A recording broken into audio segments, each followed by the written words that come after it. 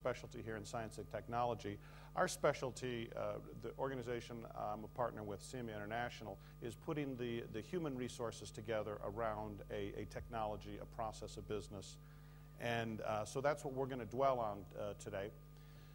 But I feel that stories are sort of transcultural, stories about people and business development and how these things, how businesses come together and actually become commercially viable and generate and grow. So what I wanted to do was spend some time, first of all, just clarifying what an entrepreneur is, and then secondarily, looking at two case studies with organizations that I've been closely associated with for several years, and talk to you about the founders. In the two cases here, there are three students, undergraduate and graduate students, that came together and formed businesses. And, whoa, that's loud now.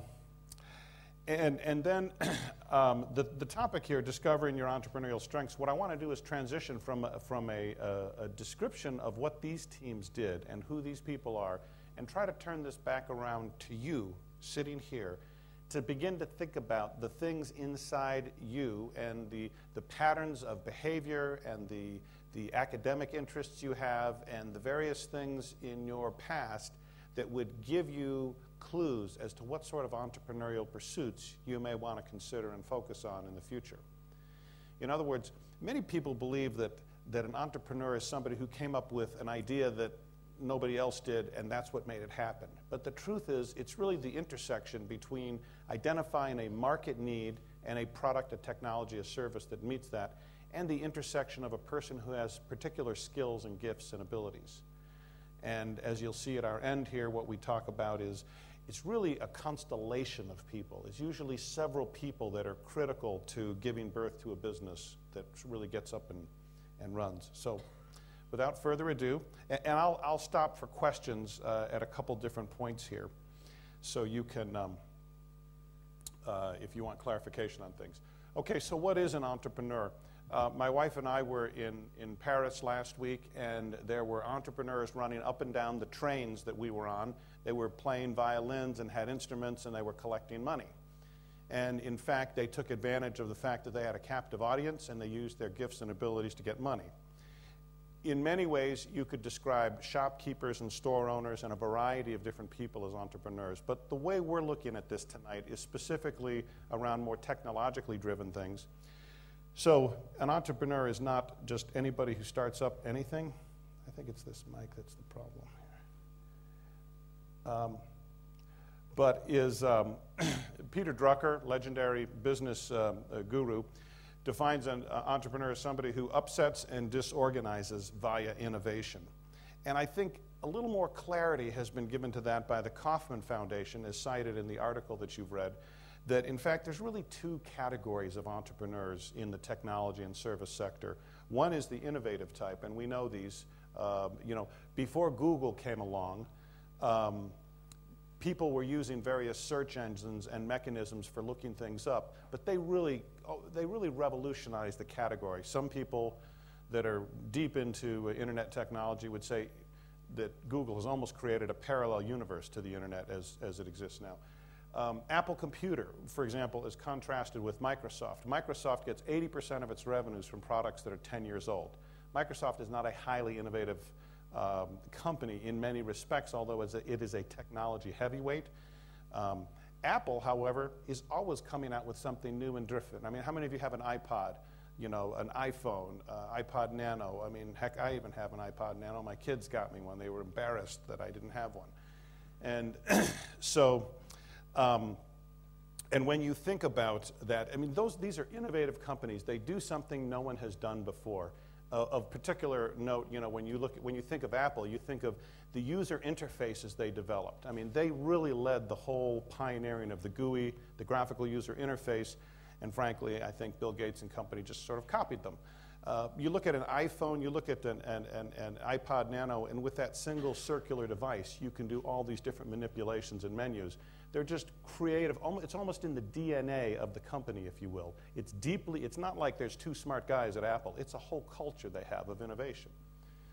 Replicative entrepreneurs are people who simply take an idea that's out there and they do it differently or better. you know, Starbucks, for example. George Schultz, who started Starbucks 32 years ago in Seattle, basically built a multi-billion-dollar business out of coffee shops. And if you had taken that business plan to a bunch of investors 32 years ago, they would have laughed at you. You say, why? Well, there's a coffee shop on every street corner in every city in America, South America, and around the world. Coffee is not new. But Schultz saw, and if you've read his book, he has a fabulous book called Pour Yourself Into It, kind of cute title, but but he had a different vision of what a coffee shop would be, and it's not about just giving somebody a cup of coffee and shoving them out the door. It's about having them come in and stay. So as soon as Wi-Fi became available, they wanted to have, you know, places where people could, you know, log on their computers. I don't know if it's still free in all their stores, but it used to be. But the idea was if people stay, they'll eat more, they'll drink more coffee, they'll have their meetings there. You know, you can walk into Starbucks around the planet that I've been in, and you'll always see people in laptops, and you usually see little meetings going on. That's a slightly different vision of a coffee shop, so that's a replicative entrepreneur. Take Virgin Group, you know Richard Branson, the bearded, wild-haired Brit who launched that. He looked at transatlantic air travel and said, you know, I think there's, number one, it's very expensive, and number two, I think this ought to be more fun than it is. Why is this a painful experience for people to fly from New York to London?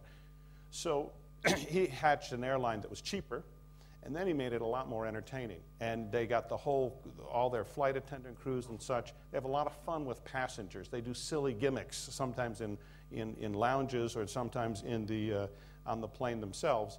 And the idea was to kind of reinvent it, and lo and behold, you know, 20 years later, he has a $10 billion company and several sub-companies where they have sort of reinvented some traditional businesses. So those are two types of entrepreneurs.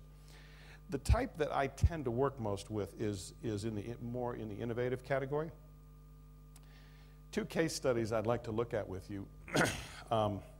One is an organization called Hire One, and the second is called Zeo.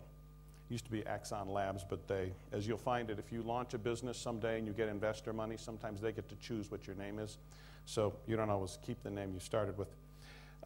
These are very different businesses from each other, and I'd like to tell you a little bit about the founders and how they got started and kind of walk you through the business plan.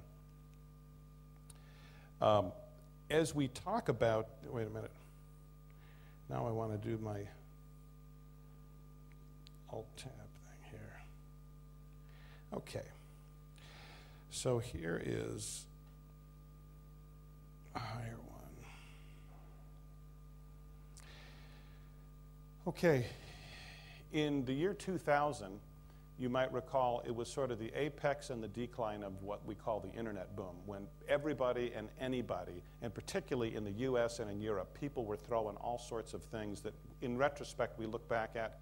There's some handouts down here in the front if you'd like.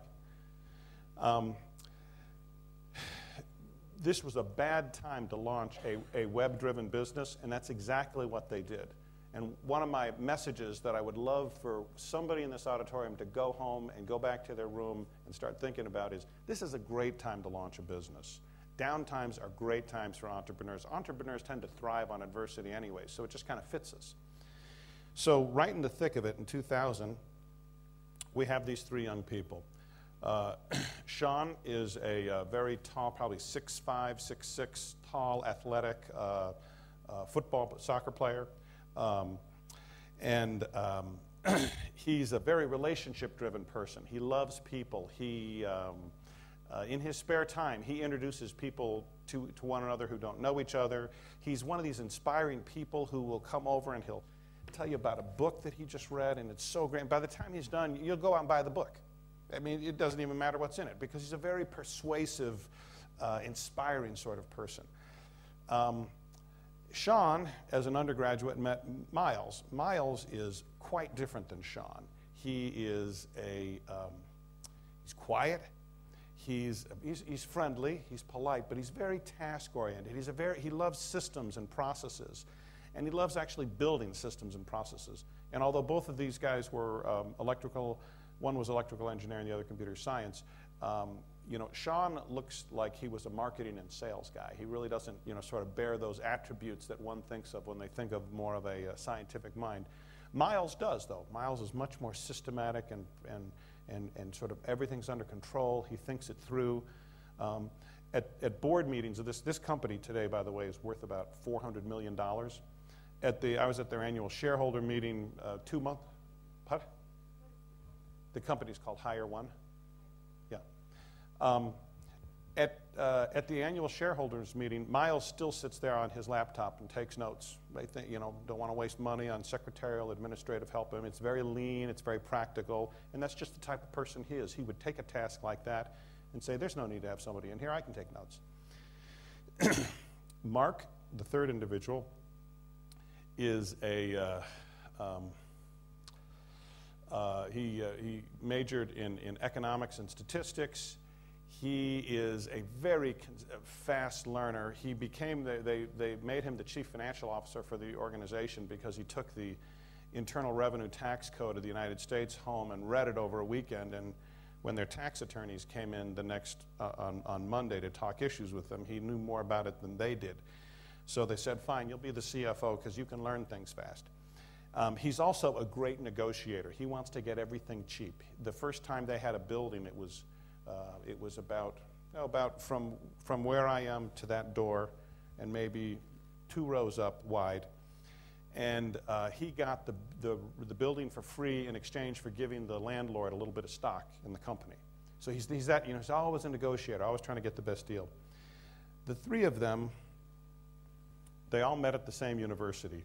Miles was in his 4th year. Sean was in his 3rd year. He was a junior. We'd call that a junior year. He actually dropped out for a year while the company got started, and then he went back to school after it was up and running. They liked working together. In fact, they liked starting things so much, they actually started an entrepreneurial society at the university they attended. The first year, it probably had 12 people. In 4 years, they had 1,000 undergraduate students participating in this organization, which simply brought in speakers, did kind of what you're doing here. But it was it was a student-led thing, and they had an amazing amount of chemistry, and actually a number of companies got launched from that endeavor. But most importantly, they were complementary to each other. And when you think about the giftedness and the abilities of a person, it takes more than one person to win, a soccer match or a basketball game.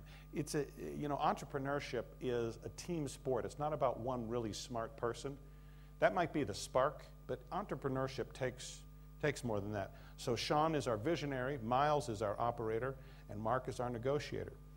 So we had a team. They liked working together. They liked to start things. And they had one problem. They were students. What do you know as a student? Where have you been? How much experience? One of these guys is painting houses during the summer to make ends meet. Another guy is doing some internship work at a software company.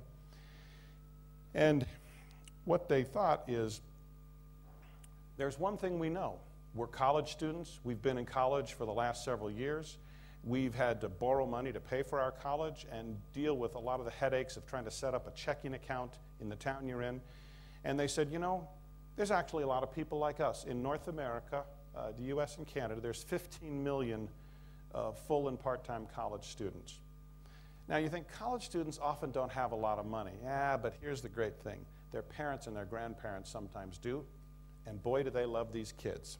So if you can tap into the kids with a service that's valuable to them, you can also tap into the families. The buying power of this market is $120 billion in discretionary spending, $7.2 billion in deposits scattered around at thousands of universities all over the country. It's a tech-savvy group, so if you could find a way to serve their needs that was technologically based, this is a group that would, as we say in the States, they would get it, they would adopt it easily. Remember, this is 2009 is a very different time. In 2000, there were numerous internet banking investments that went bankrupt. So this is a bad time to be thinking these thoughts. But in a way, they were more replicative entrepreneurs because they looked at it and they said, the problem is that winning over customers one at a time is too expensive. When you think of the advertising and the promotion you have to do, credit card companies have been chasing the college market in the United States for decades. And no one's really made a successful business out of it. They saw a slightly different way to tackle it. But here's some of the problems. Despite the huge potential, this market is hard to reach. College students come for a semester, and then they go home, then they come back, and then they go home. So if you're trying to provide a service like a financial service, help them financing their college education, help them having a checking account, if they're working for the university, simplifying the way that the university can pay them, if you're trying to do some consolidation, how do you do this for an audience that's transient, that's remote? It's hard to figure out how much time these people are going to spend, how much money they have. They have phase of life issues, so they're halfway through somebody's junior year in college. They want to go to France and live for a year. This is not what you call a stable market. What they realized is the key was the university, and that you could approach these 15 million people and say, you know what, it's really 5,000 universities. It's not 15 million people. And if you can persuade the university that you can provide a cost-effective way of distributing financial aid to those students, of setting up automated electronic checking accounts for these students, of allowing the university to electronically, let's just say you're an engineering student and you work part-time at the library at the university. The university can pay you electronically into this account. You can simplify all these things, are paperwork, administrative processes that universities have. So they hatched Hire One. And I think I've actually just covered some of this. So these are some of the needs that the students have. All I was trying to do is outline, every service, every product, every technology that really gains traction and grows is meeting a need. So these are some of the needs we've just talked about. By the way, students in the US and Canada are often the victim of credit card abuse because credit card companies market their services. The kids get a credit card. They don't know how to control their spending. They end up with a big debt on their credit card, and they can't pay it off, or they have to file for bankruptcy, or they have collectors after them. So there's a lot of bad experiences around students and cards. So here's their solution. Let's form a link between the university, the student, and the family. And let's allow the government financial institutions that fund, in the States, you can get low-cost college loans from the federal government. This is an application process, and you can essentially borrow the money to go to college, and then after college, when you get a job, you begin to pay it back. There's millions of students that do this. And what they've done essentially is automated the flow from the government to the universities. The universities then, let's just say if it was me and I was in my spring semester, they would use $10,000 would go and pay the university tuition, and then they would sweep into an electronic checking account, let's say $5,000, because the total loan to me would be $15,000 for that semester, let's say. And with that $5,000, I have to pay my room and board, my living expenses and such. They totally automate that process. So the university isn't sending out bills, collecting checks, depositing checks. They automate that flow.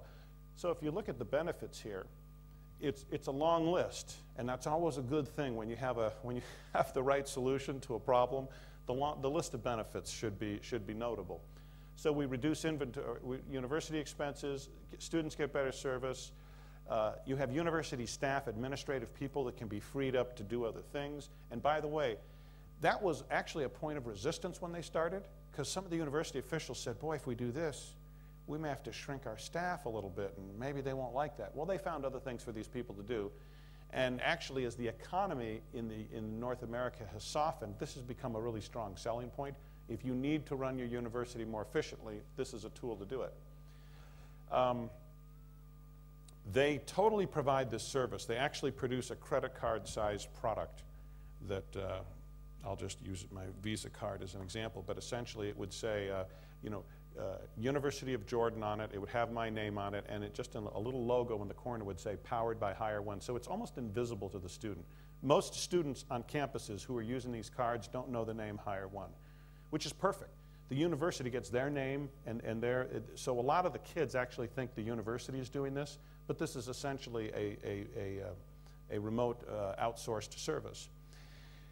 And the other thing is, because it's an electronic checking account, essentially it's a debit card, the kids cannot overspend. They can spend everything they have, but they can't spend more than they have. So it creates a level of fiscal responsibility that you don't get with a credit tool. And it's become so popular that many universities combine it as an access card to buildings and classes and such. So with this one card, you can swipe it, you can get into your dormitory, you can go to your chemistry class, you can go to an ATM, stick it in and get cash out of your account. You can go to Pizza Hut, and if you use your University Hire One card, you can get $7 pizza for $5. There's a lot of different tie-ins that go with this. So essentially, they're capturing the commercial activity that's going on around a university. So what became of this silly idea that was launched in an age when internet banks were going bankrupt? So they have, the number today is almost 300 universities. About 1 million college students carry these cards. That number appears on track to double in another 2 years.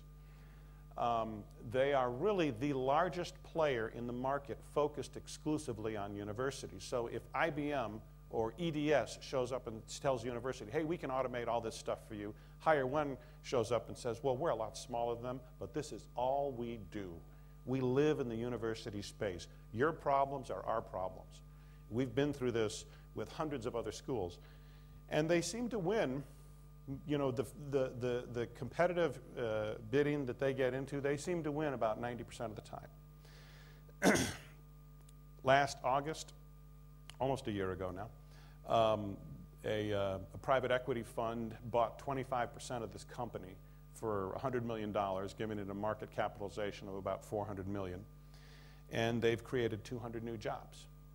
So all of this, and there are some very technical elements to this, but all of this flows from 3 guys who had a vision to do something new, and they didn't even know what kind of problem they wanted to solve.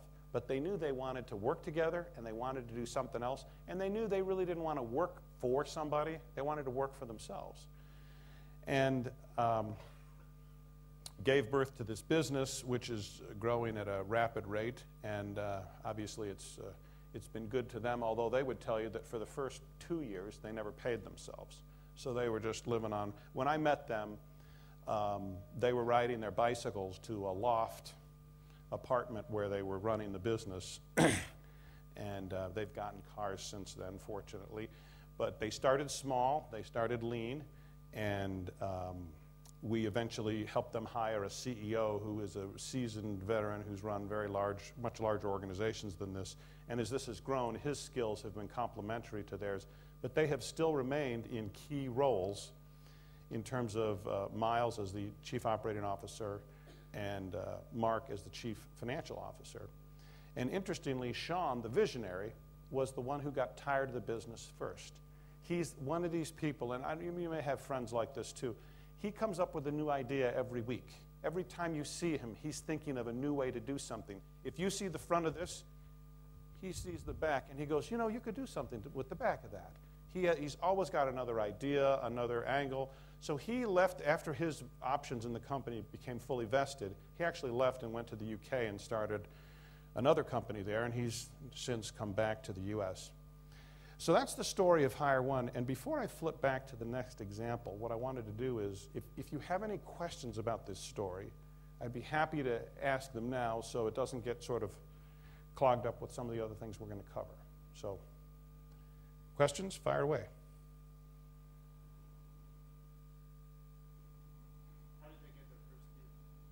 How did they get their first deal?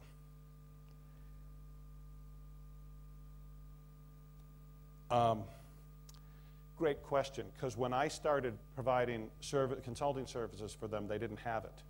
So they had no way to pay me. So I had to take everything as options, basically. They didn't have 2 nickels to rub together. What they did is they found that university administrators are very risk averse. They don't want to take chances. They don't want to take the risk that something that they start might, you know, in a way, a university is sort of a hard business to screw up if you think about it. It's pretty slow, it's stable, it's steady, and doing something innovative can be a little threatening. Well, they started going to conferences of university administrators, And what they found is there were a few of them that really prided themselves in being the first to do something new and different. Would you be able to get them, those guys in the back, the handout? Thank you. So what they did, they approached those. They targeted in on those that they thought were early adopters, and they got one, the University of Houston in Texas. This company's up in Connecticut, so it's like 1,500 miles away. What was that? 1,800 kilometers probably. And they got installed at the University of Houston. They got it up and running, and then they quickly picked up another couple. But interestingly, selling this service was another interesting challenge. Until 3 years ago, they had 8 salespeople. And until 3 years ago, one salesperson had sold like 2/3 of everything that had been sold. So clearly he figured out kind of the process and the approach, and it took a while to spread that across the sales force so they could pick up other universities. And now they're steamrolling. I mean, at their annual meeting, like I said, they had 275 universities under contract, and they had like 150 already committed to implementing over the next 12 months. So they've really got quite a head of steam now, and I think what's happening, and if it does, it'll be good for all of us that have been involved in this, but I think what's happening is the paradigm may be shifting where all of a sudden a university is going to have to justify, why aren't they doing this? Because this is really smart and efficient. It helps the students, it helps the universities, it helps the parents. Give me a good reason why you're not doing this. Now you've shifted the burden of risk. So all of a sudden, it may be riskier to do it than not do it. So, excuse me, it may be riskier to not do it than to do it. You've kind of shifted the burden on the slow guys are going to have to get with the program. And the nice thing is they're just getting started. They've got 300 accounts in a market that has 5,000, really kind of fits there. And one last little tidbit, the school that these 3 went to is still not using this system. So, and it's right down the street from where they live and where this business is employing 200 people. And, you know, their feeling is, you know, it just doesn't bother us. You know, we'll take the customers that we'll take, and we're not going to worry about those that won't. So, any other questions about this before we move to the next? Yes, ma'am. The economic crisis has been very, very good to them. What's happened in the U.S. is, particularly in the 25 to 35-year-old category, is the job market has been disproportionately compressed, and a lot of those students are going back to school. Student populations across the United States are the highest now they've ever been in the history of the country, in raw numbers and in percentages.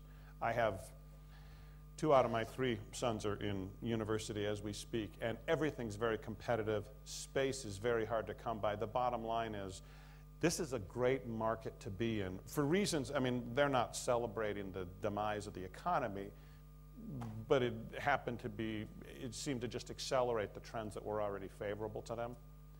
So we also think that some of the big giant financial services conglomerates may eventually want to buy a company like this, because most financial services companies are struggling. And these guys are making, I mean, the EBITDA on this business is like, you know, 30%. It's a very, very healthy business. So, yes, sir.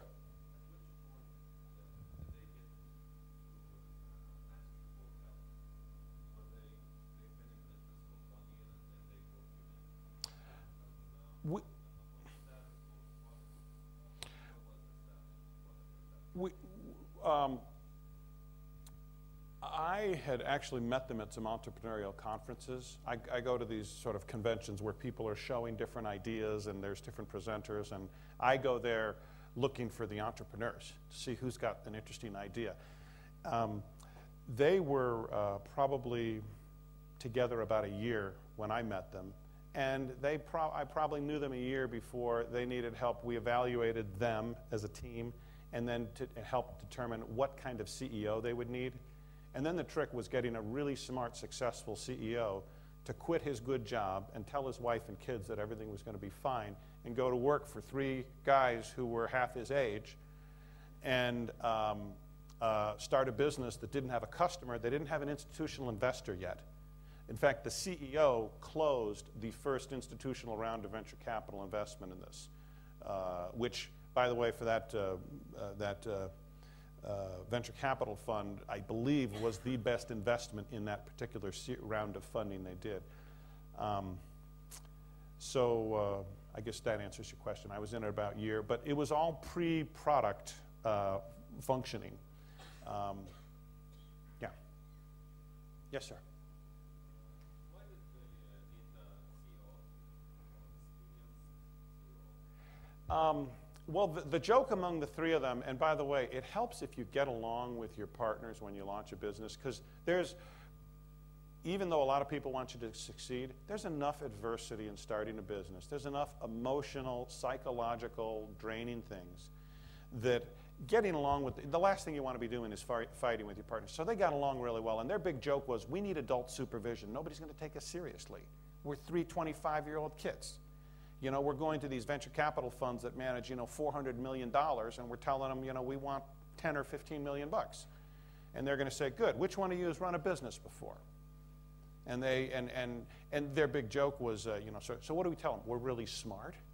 Well, we are. In fact, one of these guys, you know, do you do SATs here? SAT, I mean, one of these guys had, you know, 1,600 SATs.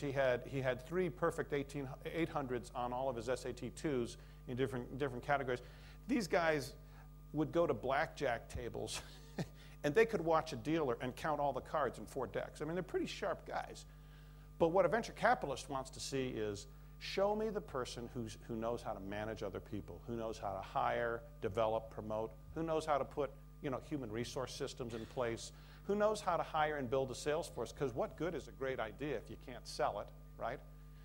So they brought in this CEO to really kind of drive the overall management team, to set up the sales process and the sales organization, and he set up the call center. If you can think of 1 million students with an ATM card, or a, you know, yeah, ATM sort of card, and you think of what the call center's like. You know, I can't, you know, my PIN number's not working, or I'm standing out here in the rain trying to get a bus ticket, and so they outsourced that. Well, they didn't like that. They had a scoring system. The new CEO developed a scoring system, and they didn't like the customer service support they were getting, so they brought the whole function in-house, and they do all of this themselves now. They actually make the cards physically. They have a machine that makes the cards that the universities use, and they actually own the customer service function. They have a bunch of, you know, round-the-clock operators. And the CEO was, you know, really made a couple critical, important, positive steps along that line, saying, you know, this is a function. We need to own customer service. We can't afford to have students complaining to a university that this isn't working for them. So they, you know, I think he added something, but he worked really, really well. He's twice the age of these guys. But they're like, if you watch them together, they get along very well. And it's very, if you walk in a meeting with them all, you can hardly tell who's in charge. And I don't mean that it's chaotic. I mean, they're very deferential to one another in terms of how they present and how they give information. And it's a very egalitarian culture. That's part of one of their company values, if you saw their value statement. You know, everything's straight, everything's transparent. There's logic behind what we do. You know, nobody's more important than anybody else, but people do have different roles. So, does that help with that?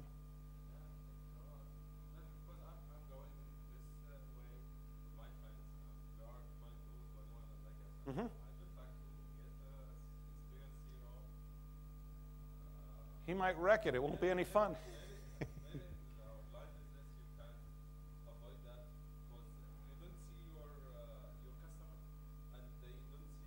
Mm-hmm. You said something in China or somewhere else, so maybe it's different. Depends on the business, agreed. And I would say at the back of this presentation, we will look at some examples of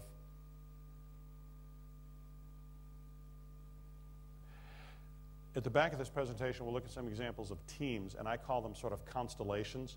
But teams of people so it depends on who you already have. It's good to get along with the people that you work with. You don't want to work with them just because you get along. Everybody needs to fill some very discrete, you know, functional roles in important areas.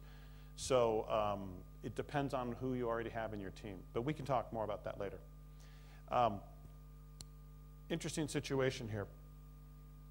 So there's 3 college students. Different university, different state, different, but there's some similarities here. and they want to, you know, they've got the entrepreneurial bug. They want to start a company. They want to do something. And the only thing they have in common is that they all hate morning classes. You probably never had that situation, but they said, you know, I feel groggy when I get up, and they're not sort of like party kids that are always out every night, and so they have trouble getting up for that reason. But they say, you know, sometimes some mornings you get up and you feel pretty fresh, and some mornings you get up and you feel like, I just can't get going. I think that's what coffee was invented for, but they actually realized, because two of them were engineering students, one of them was a marketing student, and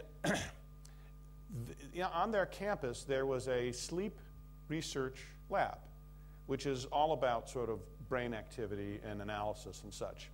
And they started talking to people over there, and they started reviewing some information, and they then got together, and one of them was quite creative with taking, you know, he could take the objects on this table and build a car. I mean, he was a very creative person. You know, he could pull together, and he started building little testing devices, and they ended up filing a couple patents. They formed a company. They initially called it Axon Labs, and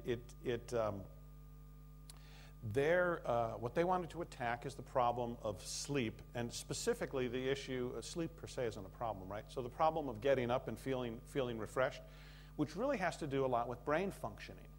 And as they did a lot of research, what they realized is, you know, with all the knowledge we have of the human body and, you know, various organs and how parts function, really in many ways the brain is the last frontier in terms of really understanding what is it to have good brain health? What does that look like? And what's the relationship between that and good sleep? And good news for them, the answer is there's a lot of relationship between that. And your brain activity when you go to bed is a function of a variety of things. And what they thought is, you know, if we could start capturing this information and personalize it, we might be able to have people, I mean, think about this. You know, you can get personalized help learning another language. You can have somebody teach you how to drive a car. You know, but like something that's as important to your health as sleep, where do you get feedback? Where do you get information on that? You know, you get some, you know, we'd call it sort of an old wives' tale about, you know, have 2 spoons of castor oil before you go to bed, and, you know, but where do you get real good scientific information? Well, they pioneered this dry electrode technology,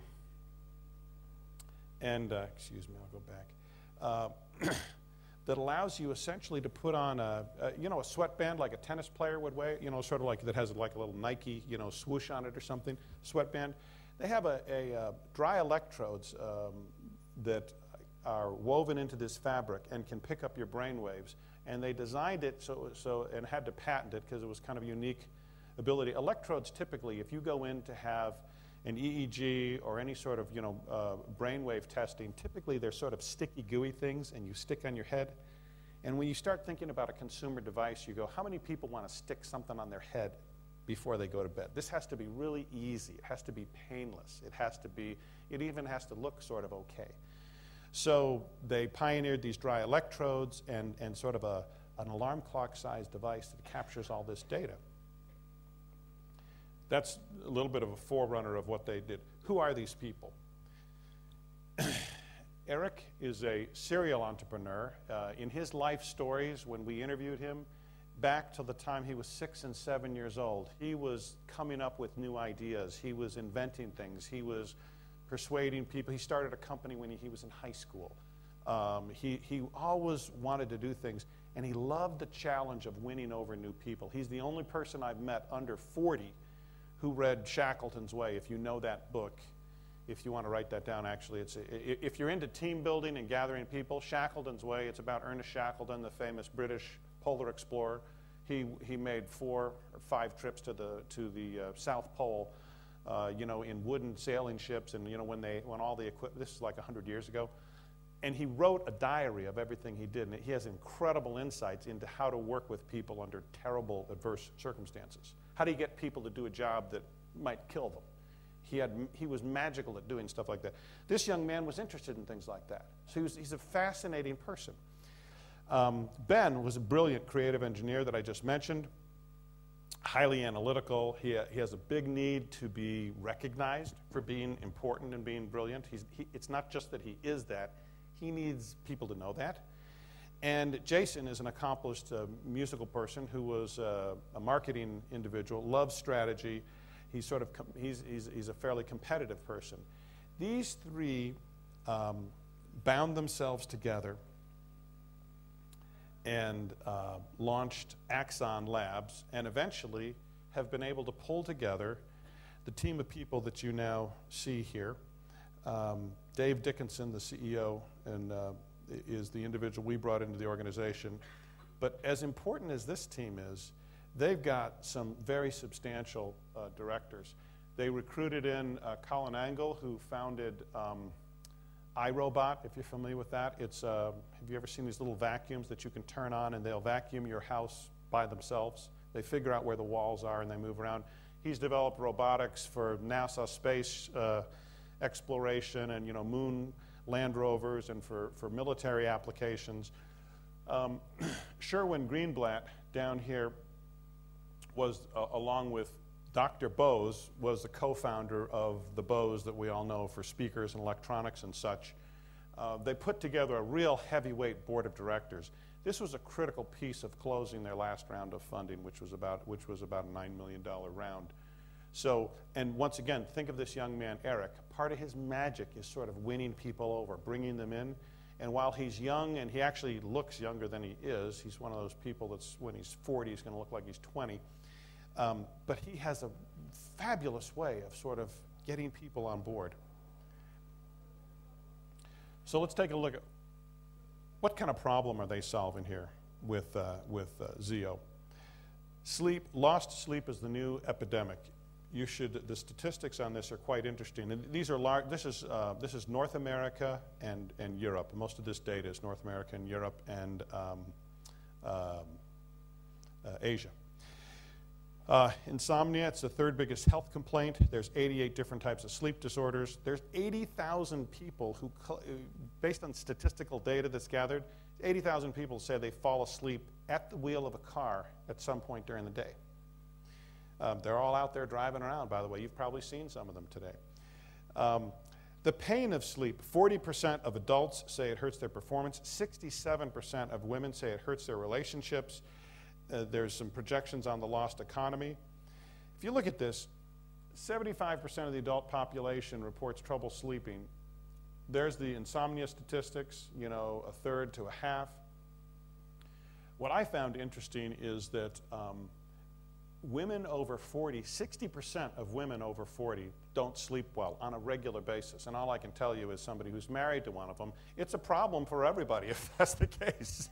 So this is an issue. And the reason I'm telling you this is you not only need, they have some really incredible algorithms that drive the way they track and monitor brain waves.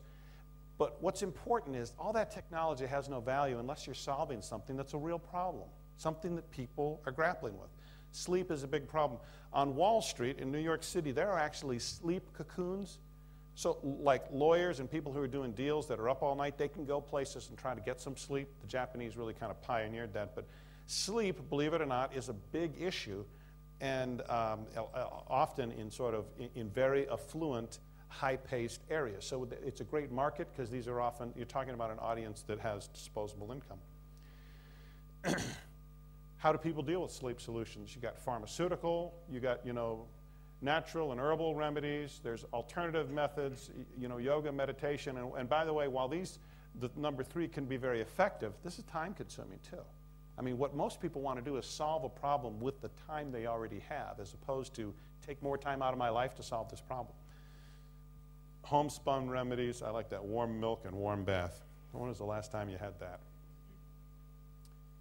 Pharmaceuticals, let's sort of, and I think the marketing genius and the understanding that these young fellows had, along with their new CEO, of dissecting each of these solutions and saying, what's the problem with these solutions that might suggest our solution has a good chance? Most people with any sort of, a drug or mind-altering substance, most people are afraid of addiction. And the good news is most healthy, affluent people are very afraid of that. They don't want to use something on a regular basis. There's also the feeling that, these substances, even if they're temporary in their work, they mask the problem. They're not curing the root cause. I think the idea was that, pills are something people will use when they can't find anything else. So their solution is, we want to empower people to deal with the sleep issue on their own. Their marketing and their device wants to connect the cause of a sleep disorder with the effect. You want to tailor the information to the individual, and you want to integrate it into their experience. And I think this web-based community was one of their more recent additions, which has created a fascinating development for them. So what do consumers really want? They want a personalized, customized, interactive way. In other words, my friend here, John Carmen, maybe he can solve his sleep problem, but that doesn't help me solve mine. And suppose mine is different than him. Suppose my body chemistry and regular working habits are different enough for him that what works for him doesn't work for me. What I want is something that's going to work for me. And, like a lot of technology solutions have discovered, we are in an age of personalization. Why do you think your iPod or your iPod Nano has the, several of those different mixes that you can set up so you can personalize your musical arrangements? Same concept here. The idea is you'll develop a personal sleep coach, and that's what the device looks like. It sits by your bedside. Behind that is this little headband that you can put on. And people don't do this every now, but this is just being launched in June in the United States. This is just coming out to market. But this little device here is like a small computer. It captures all this sleep data. You have a little memory card here that you can pop into your computer and upload to a website. And then you can get all this coaching information. So what they synthesized, they had all this research, and the three young founders and the new CEO basically worked their way through this. And this was a tedious task, but they wanted this to be scientifically based. And so their value proposition is, this is a personal sleep coach that's science-based. It's an educational program that helps people understand how bedtime routine, lifestyle factors lead to a poor night's sleep, and then create a system that motivates them to get better sleep. There's the headband, there's the side display, there's the website. The website provides information. Once you provide because this tracks you through the different sleep cycles, once you provide that data to them, to the website, it can give you feedback. It's also an alarm clock. So that, let's just say there's 3 levels of sleep. If you awake from the shallowest level of sleep, you are the most likely to be alert and to be on task. Essentially, your neurons are more synchronized. And if you wake up from a deep level of sleep, like for example, if you're in the middle of a dream and you wake up, you're most likely to be disorganized. So there's a lack of synchronization between the neurons in your brain and the rest of your body. So what this alarm clock does is it wakes you when you are in the shallowest level of sleep closest to the time you selected or before the time you selected. So if you want to get up at 6:15 a.m., it's tracking your brain cycles and it's tracking your sleep cycles, and it's saying, okay, at 7:07, he's going to be in a shallow cycle of sleep, so we'll set the alarm off then. So he's most likely to get up and feel fit.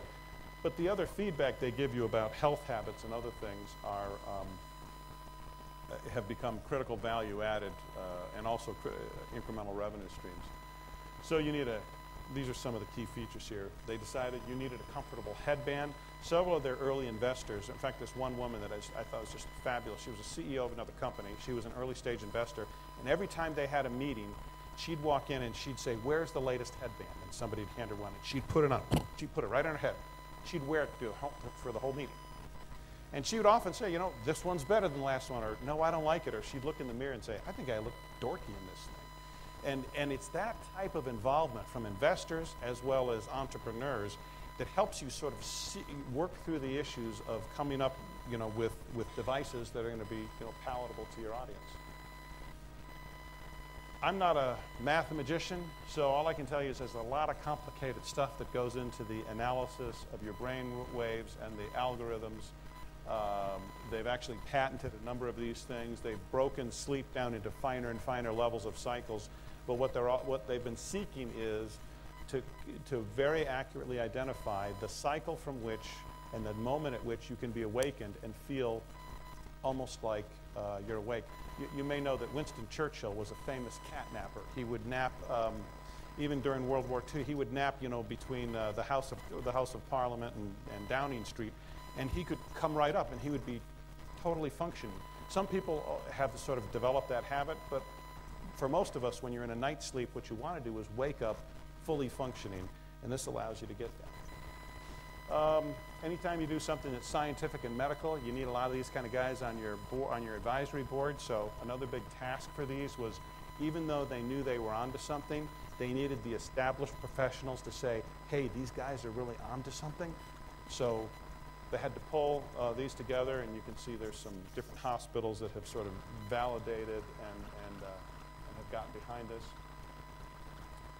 I'm going to fast forward through the rest of these. These are things about the sleep cycle that I'm not going to be able to give great explanations for.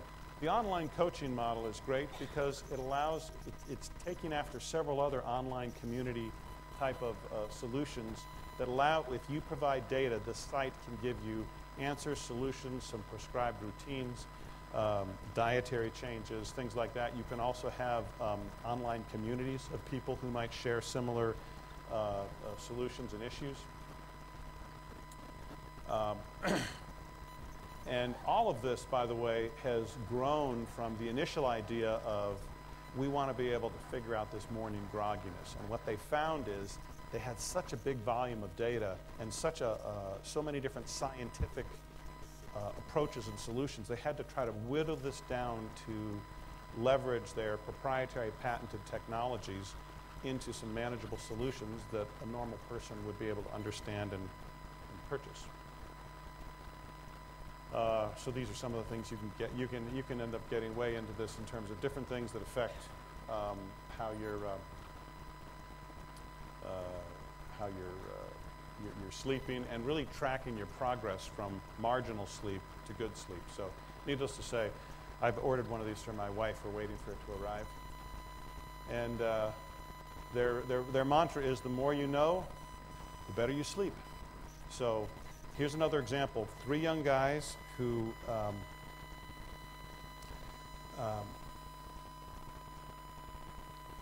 me get this to 3 young guys who liked working together and had some proprietary science, and they had a common problem that they could relate to. And interestingly, a common problem that a lot of people could relate to. So you have the sense that it's a sizable market. And venture capitalists, if any of you are launching companies, they want to know that you're trying to solve a problem that's fairly large.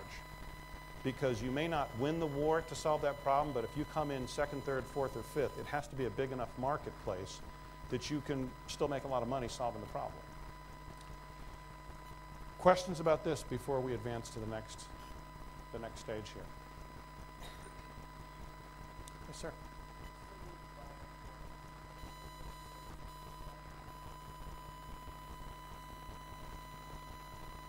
So I didn't do a good job explaining it, first of all. But the idea is that it helps you wake up refreshed. That's what it does.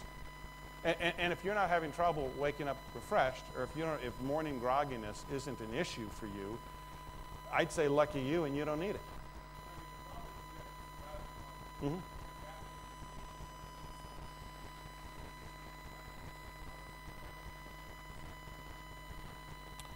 Well, the first thing that it does is it starts capturing data about your brainwaves, which you don't know right now.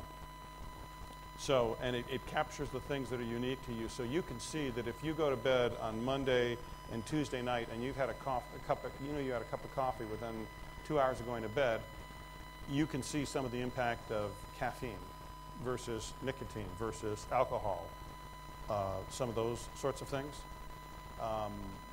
So there's a fairly elaborate number of variables. So I would say this is like, some people are far more into sort of health and maintenance and prevention than others. I mean, I have friends who take no vitamins, and I have friends who take vitamins that could almost, fill half of this table. So there's varying degrees of, how interested people are in the topic, for sure.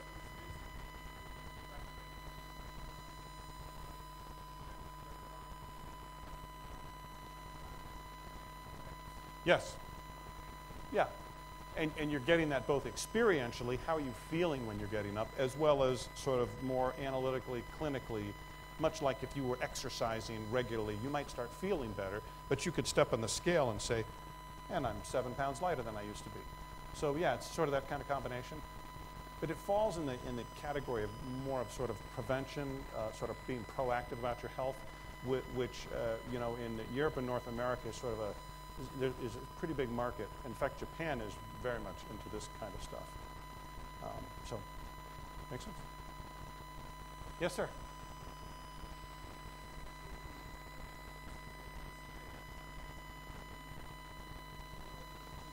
Mm-hmm.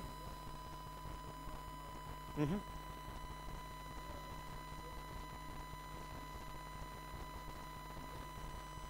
Mm-hmm. Mm-hmm.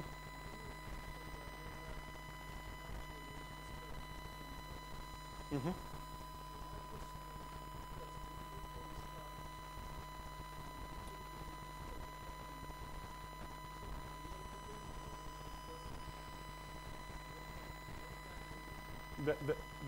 They started in 2004.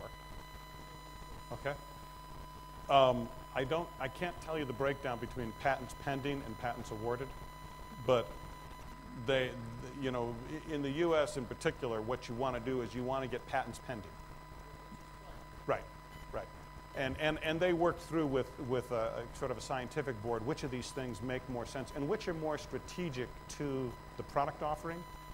Because sometimes it may be a unique piece of technology, and sometimes it's simply the particular arrangement of those technologies that you would patent. Higher One, by the way, this university one, they actually patented the process by which they flow money from the federal government to university. It took them 3 years. I can't believe they did it. But basically, you cannot copy exactly what they do now. At least in the U.S., you can't do it.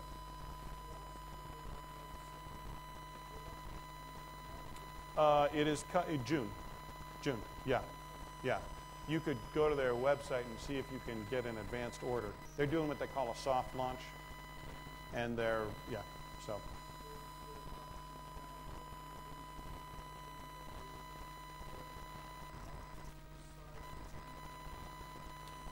I don't have that data for this product.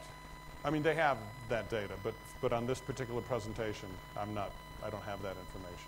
But it's, I mean, you saw some of the things about, you know, productivity. I mean, the sleep industry, it's like in North America, it's sort of like, you know, it's like $30 billion a year. I mean, for example, people now, instead of just a regular mattress that has, you know, springs and cushions in it, there's these mattresses that fill up with air, and you can adjust the amount of air pressure. John, you have one of those. I have one of those. It is a terribly expensive thing. I would have never thought I would have spent this much money, but when your wife says, I can't sleep on this thing anymore, we got to do something, you know, you go, well, okay, I guess that's what we're So let me tell you, this looks cheap to me. So, yes, ma'am.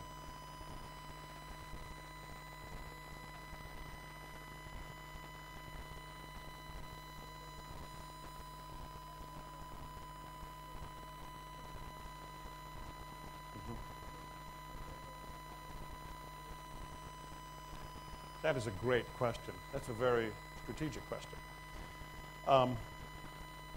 Couple responses. They have been inundated with other companies that want to partner with them in the university space and do other things. They now have instant access. They could sit down this second and send an email to 1 million college students, and they would all get it and look at it, because on their telephones, on your phone now, you can check the balance in your electronic checking account. They are wide, so they have a very unique distribution system. They're also very disciplined. These guys have a lot of self-control, and they've basically said, we want to really conquer the university market. We don't want to go broader with product streams yet. We want to stay with the university segment. However, to your point, a very interesting phenomenon has happened. They signed up their first university and went live 6 years ago. There are kids who have been using the Higher One card, electronic checking, in their college years who are now out in the workforce. And guess what? They're still using it. Now, the card cannot access the university anymore, but essentially you can value this business a couple different ways, but one of the values is not the net revenues or projected revenues, but what's the value of the life of the customer? Because they appear to kind of own these customers. They become the first electronic checking experience that these students have, and that these students feel like is theirs much more than their parents. So as those people go on into life, these are people that end up usually at the upper half of the workforce because they are college graduates to begin with. So there's a very interesting issue that's being forced on them, which is what are they doing with this growing number of people who aren't college students anymore but are still using it? You can deposit money into this account from any source you want. But when I, as a college student, when I started out, it was my financial aid. When I graduate, it's now my paycheck. They make money either way. So they have no need to stop it, but they haven't intentionally gone after any bigger market. And there's, in North America, you have organizations, Visa and MasterCard, MBNA. These are huge organizations. They have billions of, and these are little guys. And they're like, we don't want to pick a fight with a giant. We just want to stick with what we know. But the issue is coming. So, great question, and stay tuned. Any other questions on these before we? Okay, let me flip forward here. My passion around the entrepreneurial world is, I love new stuff for starters, and I love people who dream dreams that other people haven't, just don't. What I find interesting is you can predict some of this behavior, and you can predict some of where these, people who have certain tendencies to go out and do this by looking at the stories of their lives. If you look at these stories, we call them achievements. You can analyze these and break this down into data that you can then extract into a pattern. And you can say, we know how this person will respond under certain circumstances, or we know what types of subjects this person wants to work with. And we call these patterns or themes. If you do this so I'm going to turn this presentation around now. So now I'm going to focus on you. If you want to do this for yourself, actually whether you want to be an entrepreneur or work in any capacity you want, you can get some very interesting information and data about yourself by analyzing the stories of your past. So if a person says, I have no work experience, I don't know what I'm capable of, I'll tell you that I can analyze the stories of a person's childhood and tell them if it appears they have the potential to manage and lead other people. The data tends to be there. Some people say, well, you can teach everyone to do that. Now, once you've been out in the workforce for 10 or 15 years, go ask most presidents, managing directors of companies, can you make anybody into a manager? And he will usually say, 99 out of 100 will say, I used to think you could. But the truth is, a person who is hands-on, a person who really needs to do something themselves, always will have trouble managing work through other people. Because he has that specific need to be very hands-on with something. Well, those types of patterns you can see going back into a person's very early life. We do these patterns. Our organization, SIMA, pioneered a process. The SIMA process is the system for identifying motivated abilities. We use this pattern. We probably put 200,000 business executives through it. But often, some of the richest data that we get on people is from their very early years. So when you do it with a young person, you often get the nuggets that tell you what kind of an entrepreneur somebody should be or what role they might play with an entrepreneurial endeavor. So SIMA is a process that identifies these life story themes. It can help you clarify the difference between functional strengths and motivational strengths based on your stories. And we're going to look at some stories of some real entrepreneurs that we've worked with in the past that have gone on to launch successful businesses. And some of these stories may sound really silly to you because I know you are all, well-educated and sophisticated. Some of these are going to be things that kids did when they were 6 and 7 years old, but they're very, very telling. You can see, I don't know how many of you have children, but one thing's for sure, when you have 3 children with the same spouse and you see how differently they are, you go, it's really amazing that out of the same genetic pool, you get very unique and different types of people. And so, in fact, all of us have the seeds of who we are going to become as a business professional early on in your life. The question is, can you capture the right snapshots and analyze it and then get that meaningful data? So the last thing this can help you do, by the way, is help you figure out what kind of other people you need to have around you when you launch a business. How do you do this? What's the process? Well, in some ways, it's a very old process and it's very straightforward. You recall stories from life where you achieved something that was satisfying to you. One of the most important points of confusion for people is they do things for other people. For example, my parents wanted me to go to this university, or my mother wanted me to work, or my father wanted me to work in this particular kind of industry. And we focus on those things and sometimes achieving those things. What we find most telling is when you can separate the difference between other people want you to do and what you want to do, that's a huge dividing line that gets to the very heart of the things that are usually closest to your God-given gifts and abilities. It also has to be something that you did well. So we are looking at the intersection between what you did well and found satisfying or enjoyed doing. That is what we call an achievement. An achievement may not necessarily be running a race and coming in first place, unless for you that was a very fulfilling, satisfying experience. I know a lot of people who do that, and it doesn't mean a whole lot to them. So I tell them that for you, that's not an achievement. Let's talk about the things that are achievements. We look for themes that repeat again and again. So if you can take in your own life 8 different stories of achievements where you did something you enjoyed doing and you felt you did well, you can analyze those stories and you will find recurring themes. For entrepreneurs, for example, we look for building, improving, creating, leading, competing. We look for some of these themes to recur again and again. If you're out in the workforce, performance reviews, what other people are telling you.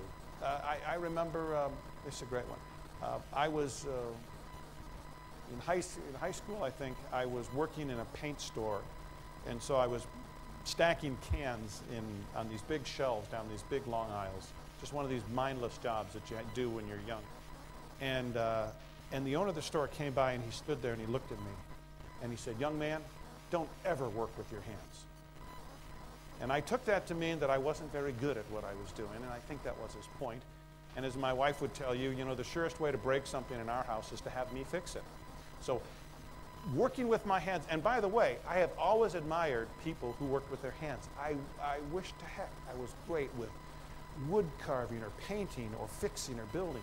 I've never really had, but sometimes from an outside, from an employer, sometimes you can get a really clear message that you go, boy, this is not about, I'm in love with something that really doesn't match up with the things I do well. So this is kind of a tough exercise because you have to start separating some of these things.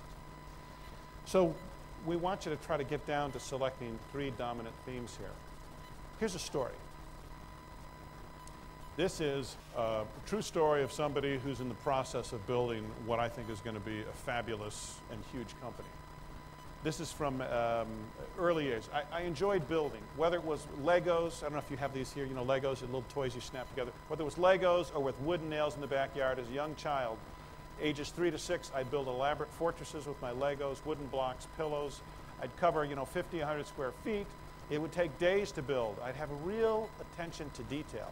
As I got older, 7 to 11, I started building forts. So by the time he's 11 years old, he builds a 200 square foot fort in the woods behind his house. His parents obviously didn't know this was going on. He was finding materials from local building sites, so he was getting free material. He builds, it has a cement floor, it has a 6-foot field. I mean, this is a small house. He's 11 years old. It took him the entire summer. It had a 2nd floor, it had a watchtower. Look at the last sentence. Over time, I gathered a team of neighborhood kids who would show up in our yard each morning ready to work together on the current project, building the fort and making improvements. One of my favorite old stories is Tom Sawyer, Huck Finn, Tom Sawyer. You've probably read this if you've done English literature. You remember the story about whitewashing the fence? Tom Sawyer got 6 neighborhood boys essentially to do his chores for him, and they thought it was they'd fight for the opportunity to do it. I would tell you that in a funny way, that's a born manager. That is somebody who has the capacity to get other people motivated to do work. That's what a manager does. And if a manager can't get other people to do work, you're going to have a hard time managing. It's not just a matter of giving orders, particularly for many of you in the more technology-driven businesses that you might find yourselves in. These workforces are very egalitarian, they're very flat. You have to have the ability to influence and motivate other people. Well, look at what this young man does. By the time he's 11, he has a group of kids on this project. So give me some observations. What do you see here? What pictures come to mind? What do you think of this person? What words would you use to describe this person?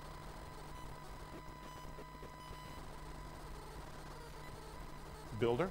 Yep, that word actually occurs 9 times in this paragraph. Architectural engineer. Well, that might be a potential profession you're sort of thinking? Or something, yeah, okay. Interesting. And he has other stories later in life that are very similar to this, where he stays on one thing. If it's raining, if it's cold, if he's getting bitten by bugs, or that was one of his recurrent themes. He'll pick something he will not let go until it's done. But what else? What else do you see there? Construction contractor, right? Yeah. He was people-centered. Well, tell me more about that. Yeah. A lot of people could have done this by themselves and never involved anybody. And there's actually, that becomes more of a theme in other stories. I mean, you can't see all of his stories, but just as an interesting observation. Anything else? He's going to build a what? Yeah? Yeah?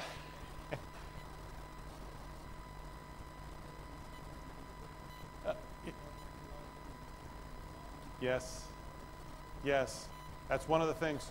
When we sort of interrogate people on these stories and we say, how did you do that? Where did you get the nails? Where did you get, well, he kind of borrowed things, you might say. And as he grew up, he realized that, you know, he couldn't always do that, but he was very resourceful. What's interesting is he never asked his parents for help for anything. He's building this thing out there all by himself, and then gets these other people involved because he realized that there was more work than he could do for himself. Let me show you another one. Different person, different scenario. I loved geography as a child. I spent hours and hours reading about different countries and their natural resources. I was especially enamored by explorers and far-off places, spectacular places, 7 wonders. I loved geography and history classes. I'd usually win the annual Geography Bee, that's sort of a competition. However, it wasn't the contest. It was an intense fascination that lasts until today with places that are extremely different from what I'm used to, and I desire to learn as much about them as possible. This may sound a little funny to you because it's not like I won the race, I got the prize. But what do you see here? When you ask somebody to put down 8 or 10 most important things to them about themselves, and they put this down, what do you see? Yeah. Passion for? Okay. Somebody else? But towards what? Knowledge. Yes, yes, interesting, interesting. A little broader, but yeah, okay. What else?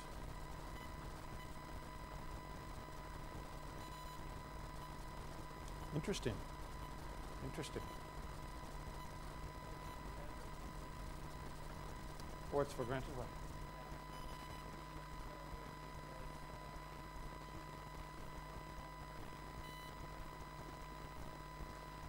Would you think this statement sounds like somebody who is internally motivated or externally motivated?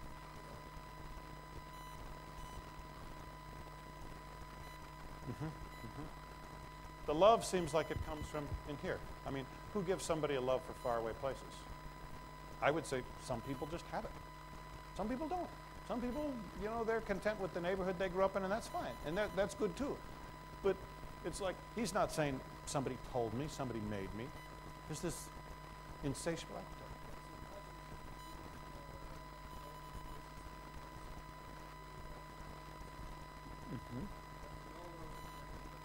Particularly at this age. This is an early stage one, but yeah. Yes, in a way. The business he's building now is a technology business, but what's interesting about it is the picture of the business is up here. And all he's doing is pulling this vision out of his head into a company. But much like this. You know, there's a funny thing in life, particularly when you have children, you sort of wonder what to tell them. Because in one way, you want people to do practical things. They have to feed themselves. They have to do real hard things. But sometimes when you look at some of the big things that get done, they're really things that dreamers do. Things that people think up that are unimaginable or people say can't be done. So there's an interesting balance here, and this is definitely somebody who has more of that dream side. Here's another one. This is something I don't think you do in high schools here in Jordan, but you know, crew teams like you have in the Olympics where they race in shells. So he went to a high school where they rowed. And he said, I rowed my sophomore year, from high school through my sophomore year in college. I enjoyed the experience. So this is a 17, 16-year-old boy. Waking up at 4:20 a.m. each morning in high school, I drove 20 miles to get to a boat at 5 a.m. in 35-degree weather, so it's about 0 Celsius. It seemed crazy to most people, but I loved each and every minute. Part of it was definitely the workout. It felt great. But to a large extent, what kept me getting up and going there every morning was the people. I felt like I was working for something greater than myself. I underlined that, by the way. He didn't in what he wrote. In high school, I felt like I was working toward achieving something great with my closest friends. While in college, I felt like I was carrying on a rich tradition and working toward glory for an entire institution. In high school especially, I rode well, not just in terms of physical aspects, but my attitude and discipline and leadership. Interesting way to describe yourself, by the way, as opposed to saying I was the best. Interesting that he mentions attitude, discipline, leadership. I was looked at as the team cheerleader, always encouraging others, but also as the team conscience, expressing my intense disappointment more so than anyone else if I felt we were not living up to our potential. And then he talks on about some achievements here. What do you see here? Team leader, dedication. What else? Evaluate. Evaluator. Yes, yes, yeah, interesting. What else do you see? Okay, tell me about that.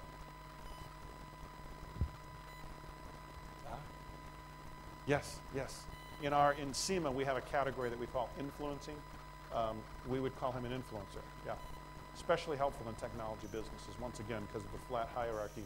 A cheerleader sometimes will get you much further with a group of engineers than somebody who has a stick.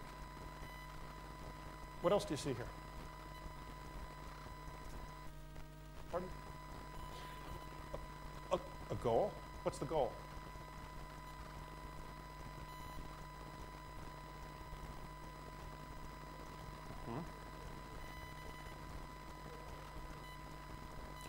That last part's a very interesting thing that comes through with this, isn't it? This is more than him. I have done hundreds and hundreds of these, and for example, for some people, the important thing would be that they were the best. That's not what you see here. It's interesting. I mean, isn't this sort of interesting? This is from a 16, 17-year-old perspective. He's now 10 years older than that, and in the midst of launching a company and raising a considerable amount of capital. And there's interesting things to see here and ask yourself, what kind of entrepreneur will he be? What kind of, you tell me, what kind of entrepreneur do you think he might be based on this?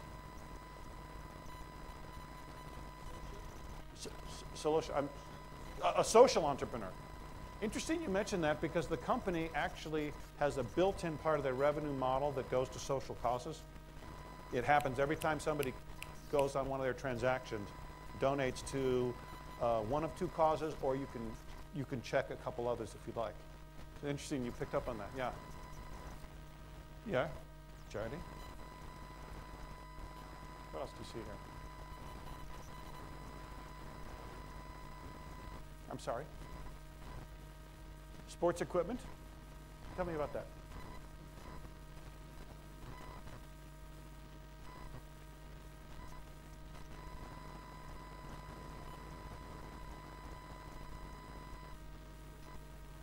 Yes. Yeah. Uh-huh. Mm-hmm.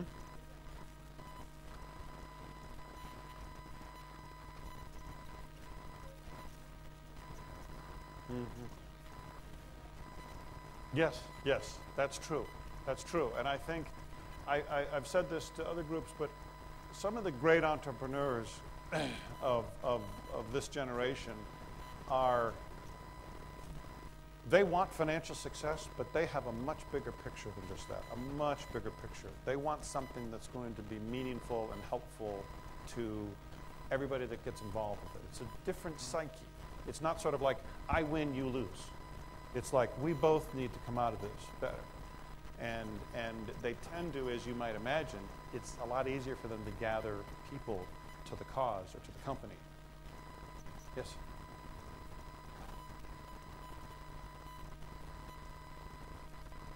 Yeah?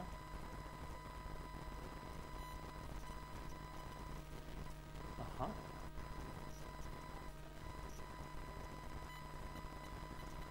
Mm-hmm.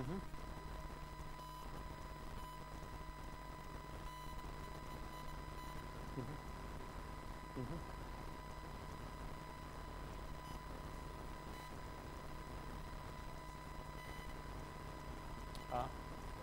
Yes. Yeah.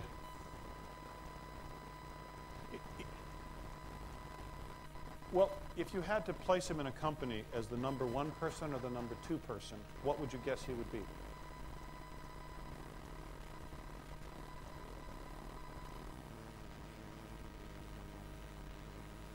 That's actually what he is doing.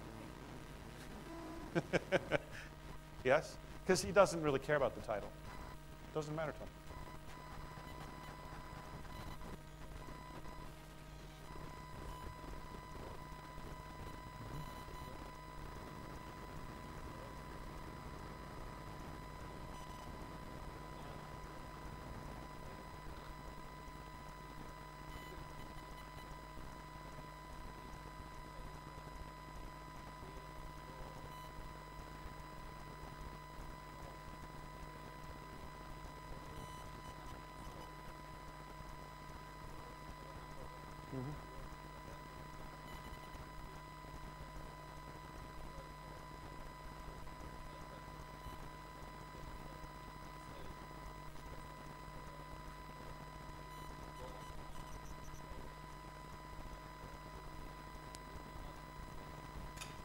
It's an interesting question because we're actually looking for a CEO for the company right now, and he's a big proponent of that. But I think you get to the interesting issue of what a person wants.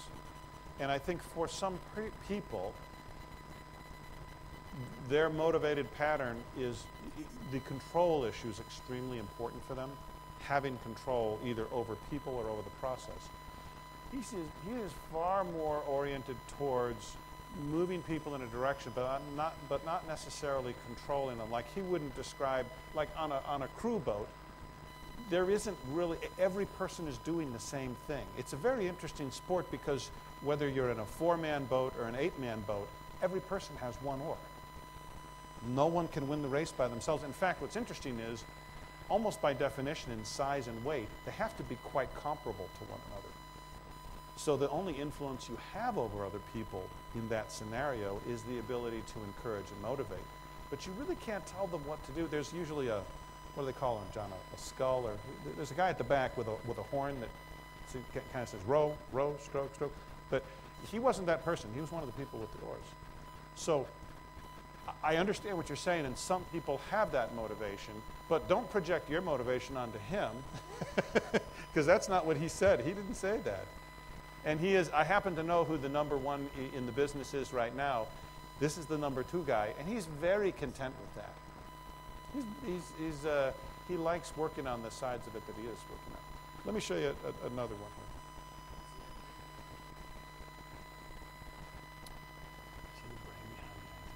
I'd say, I think he has architected the idea more than anything. Let me skip this. This is about somebody who built websites. I like this one. This is a little different. So, 3 stories from the teenage years. I've just given a little snippet of each, but just to give you a sense of one. So this says, when he was a young teenager, he built a potato gun. You know, potato, a spud.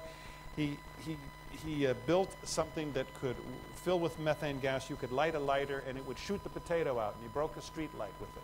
He considered it a great accomplishment, and his parents never found out about it. His father was an architect and had these, have you seen these big tubes that architects have, and they wrap their architectural drawings in them? They're long like this. Well, he got one of those.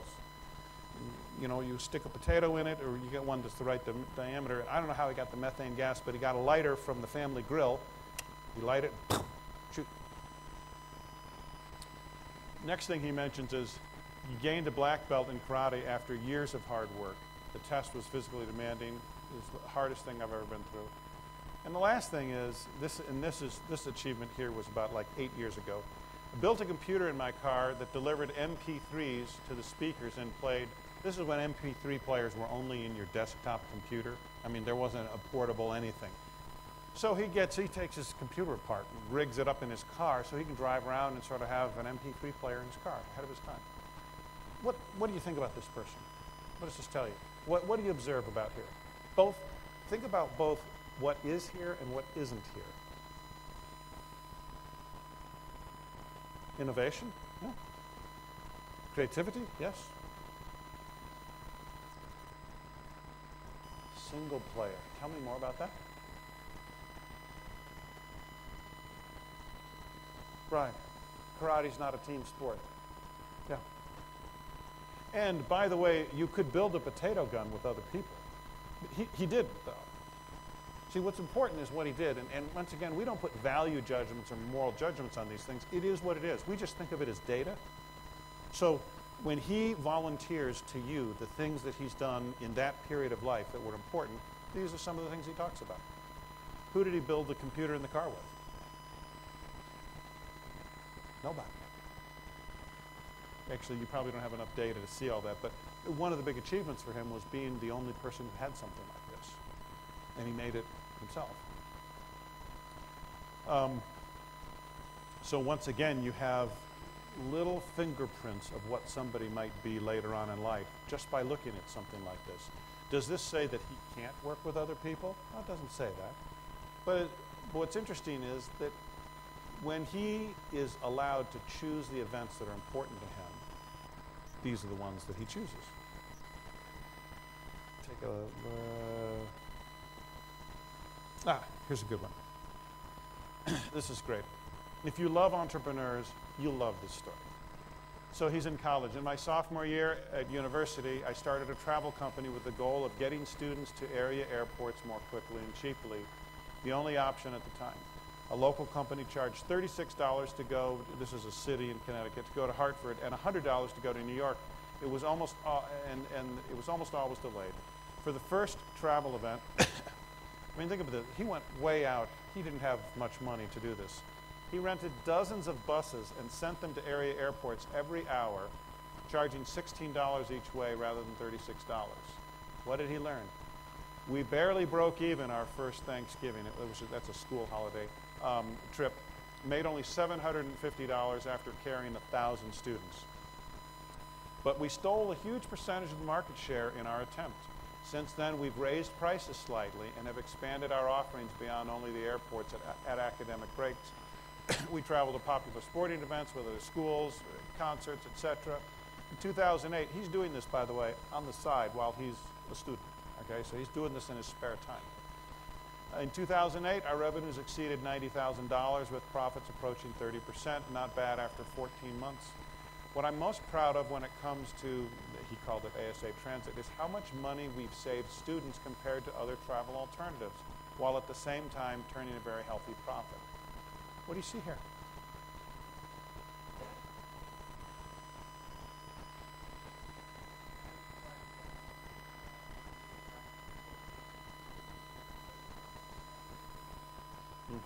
Once again, it's sort of kind of like that one we saw earlier, a little bit of a bigger picture. Yeah? Tell me about that.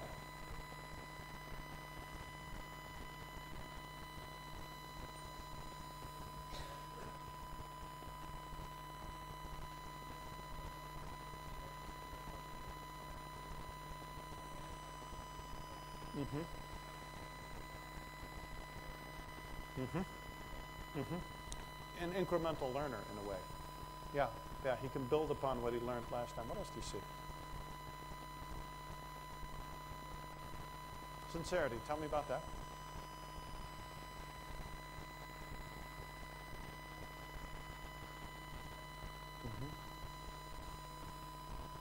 What do you think his motivation is? Can you tell from this? Okay. If you were going to invest $10 million in this young man, in a company that he had, do you think he would take good care of that money? Why? Yes, yes. Why else? Why else? Well, why do you say that?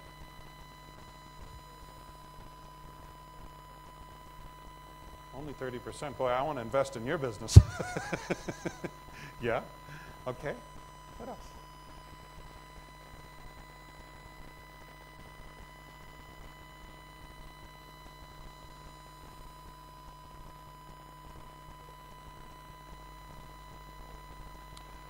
Well, so profits of 30%. So he had gross revenues of $90,000 and net revenues of $30,000.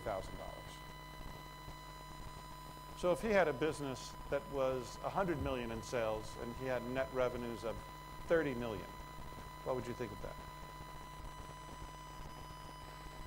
That's all the private equity guys I know would pay handsomely for that.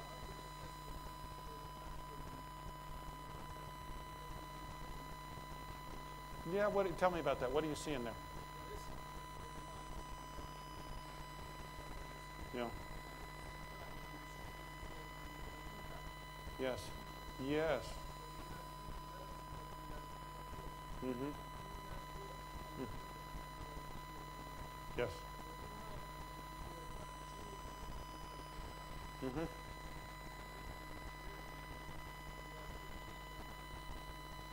Mm-hmm. Mm-hmm. You,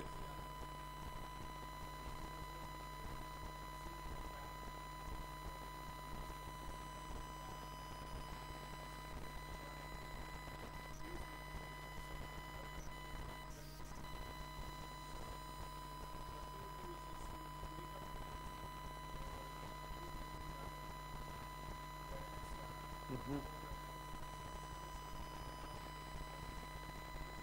Bingo. Bingo. No, you're absolutely right. I'm not suggesting that this is a bus entrepreneur that we should all invest in. What I am suggesting, because what you're saying is right, and he totally realizes that. There's a limit to how much he can do that before other players come in with more capital. He's a kid. It's like, what I find is interesting, this is like Monopoly for him. He's kind of playing with it. And yes, interesting comment too, yeah? Yes. Right.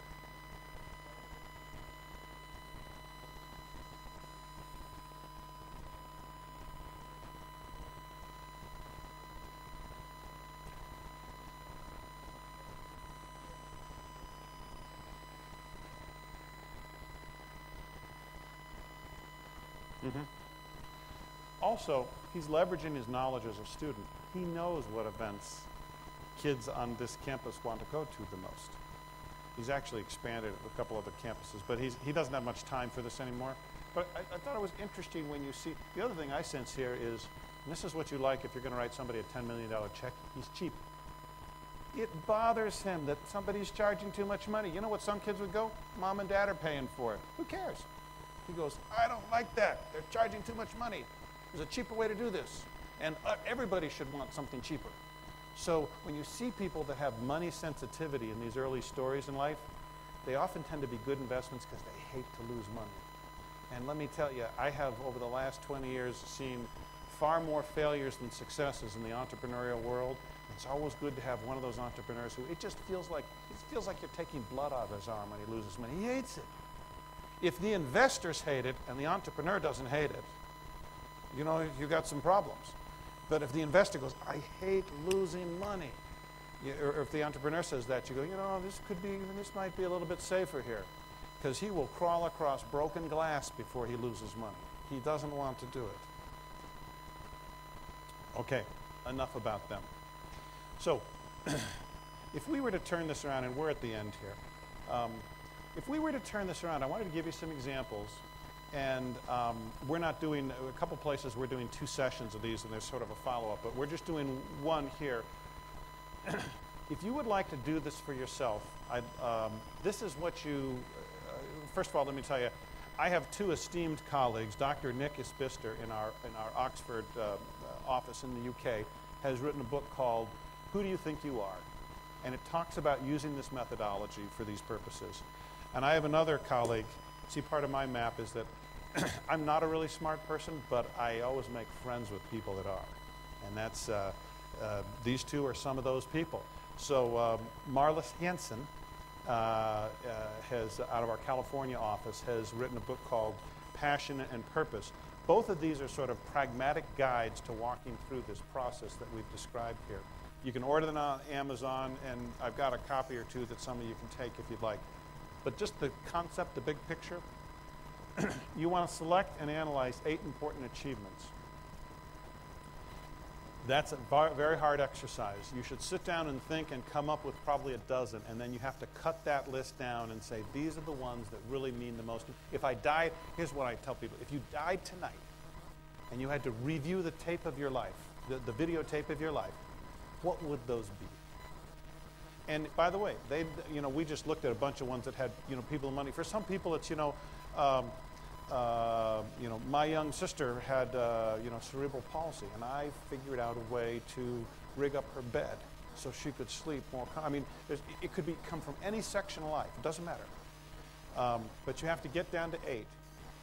And essentially, what these books can outline in more detail for you is what you want to look at is, at the beginning, what triggers your achievement? What gets you going? What is the common theme in those 8 achievements that motivates you?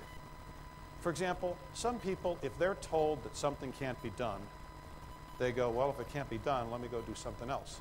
Other people, if you say, lifting up this laptop cannot be done, you've just given them, you wag a wet red flag in front of a bull. You've just motivated them. They say, oh, really?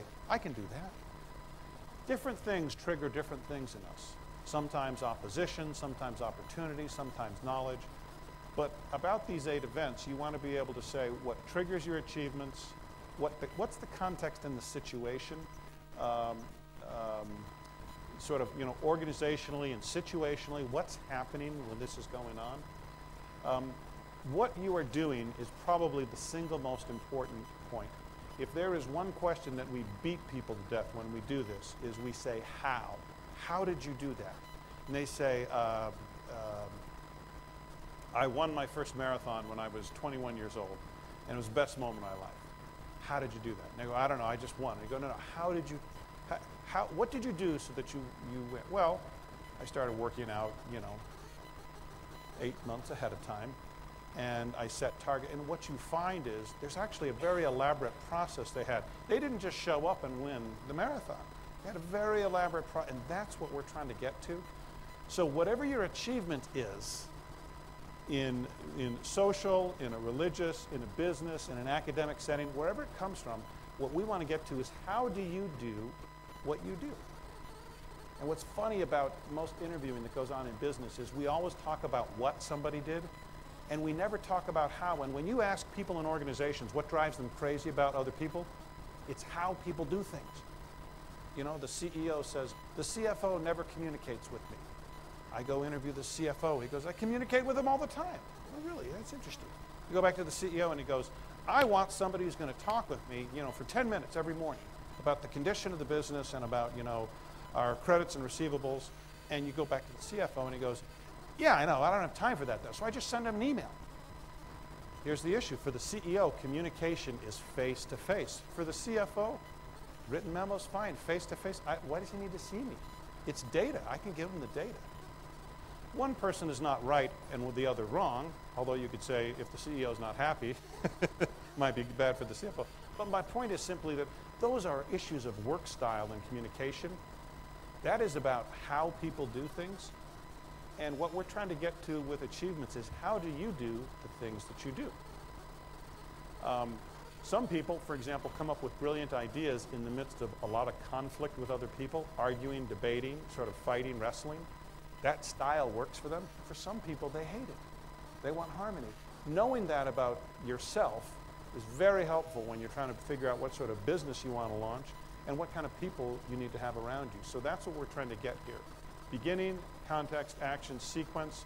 You'll find there's typically an order of events, and when you look at your successes, there's a pattern. There tends to be a sequence with how you do things. Some of you might be pretty self-aware. You might kind of have a sense of what that is. For others of you, you know, when you pull the information down, you go, wow, that really explains why I love this sort of activity and I hate this.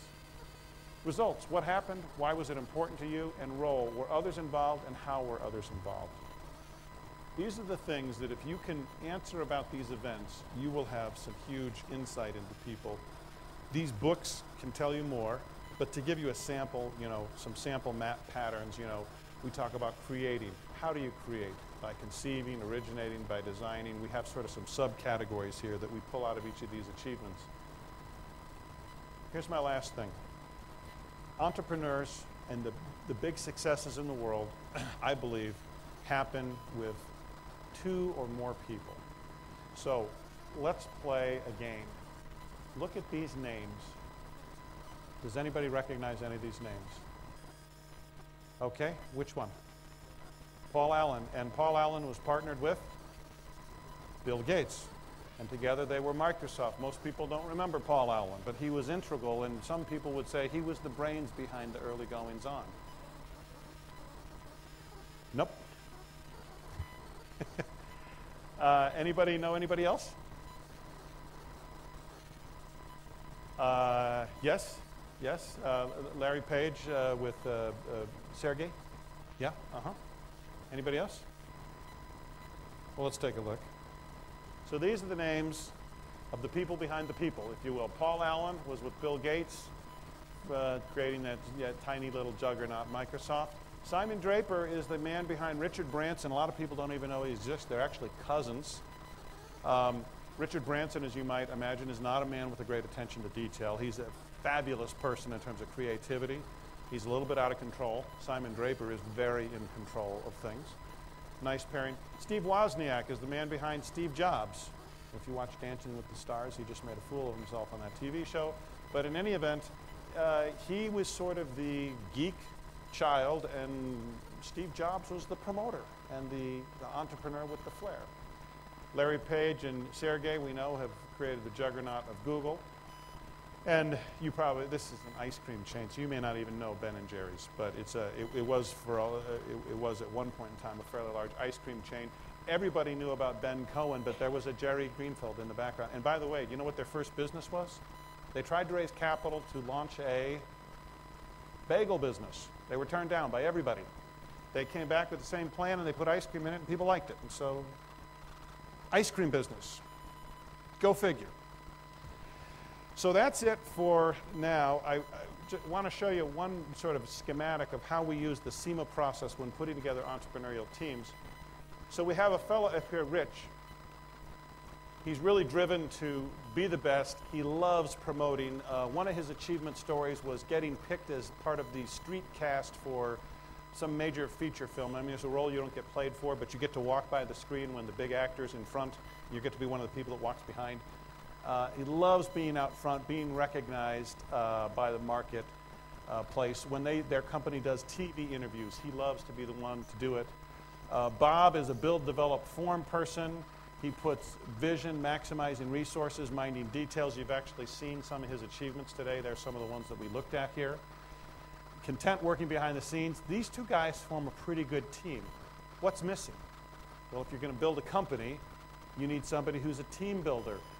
Bob can rally people to the cause, but he really doesn't manage people in terms of work distribution. He is far more of an influencer in a more indirect way, which may be what you were sort of hinting at in terms of sort of the number one status. We need a team builder, a player coach who loves process and people and optimization. This is a business which I can't describe because it's still proprietary, but it is, there's going to be a back-end processing to this that is very large and very tedious, and we need somebody who can run systems and processes and manage people, but somebody who deeply appreciates who these two young folks are and wants to grow and develop them. So my hypothesis is our CEO is going to be somebody who will have to have these things in his pattern. Now, he's also going to have some specific industry and distribution experiences that are relative to this product, but he has to have these motivated abilities here to fit with these two people and to have a long, successful run. So that's how we use this story methodology when we look at teams that we're building. These are the two books that I mentioned here, Who Do You Think You Are and Passion and Purpose. And just thanks to Bill Henry and Global Professional Training for inviting us here. And if you have any more questions, I can stick around until we've answered them. All right. Yes, up there.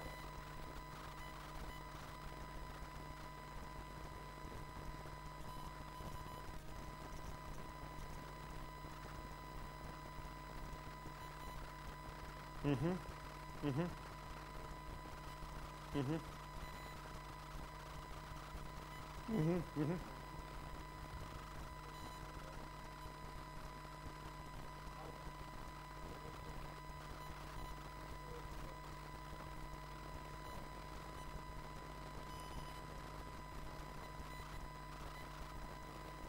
Great.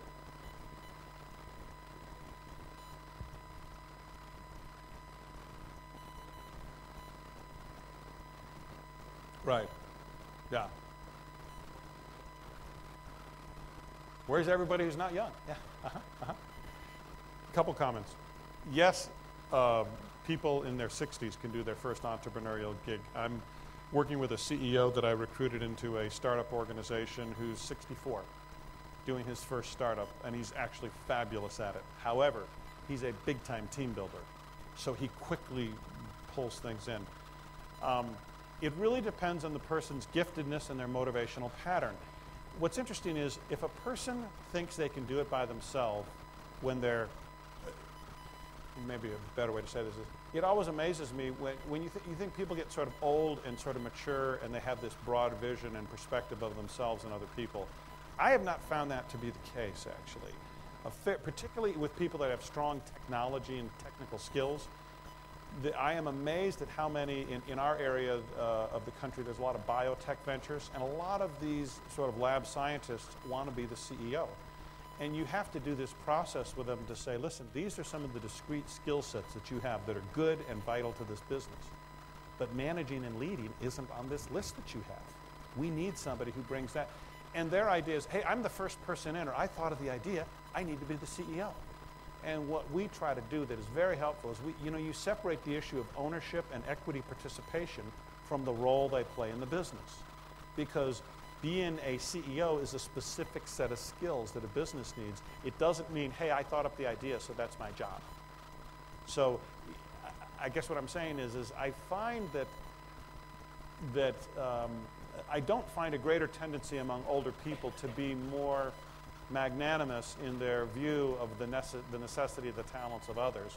But I think those who were good at using and managing other people when they were young tend to be good in managing people all throughout their careers. The second thing I'd say is it is a stage of life issue. The young entrepreneur is sort of a more established pattern because, I mean, most of you are a good bit younger than me. This is the easiest time in your life to start something. The cost of failure is low. The risks for you personally are low. If you have a couple kids in college and other financial responsibilities, taking that plunge is a little harder. So I think there is a stage of life at which people tend to do it. And then in America, at least, we sometimes see on the back end of people's careers where they're financially over some of their biggest obligations, you tend to see people lunging out.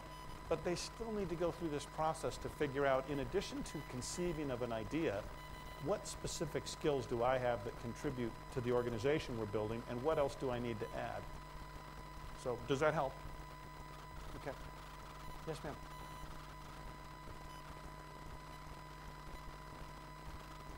Oh, hold on.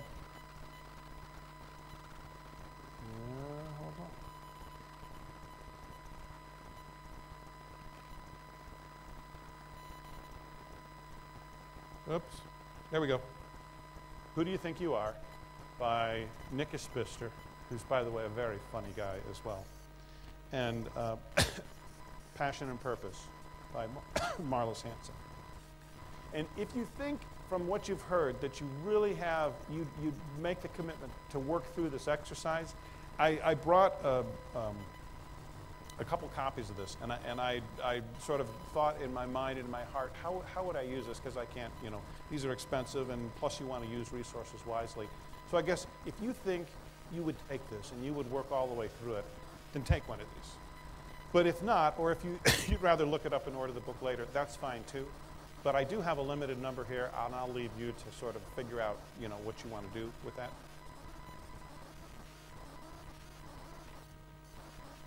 Yes?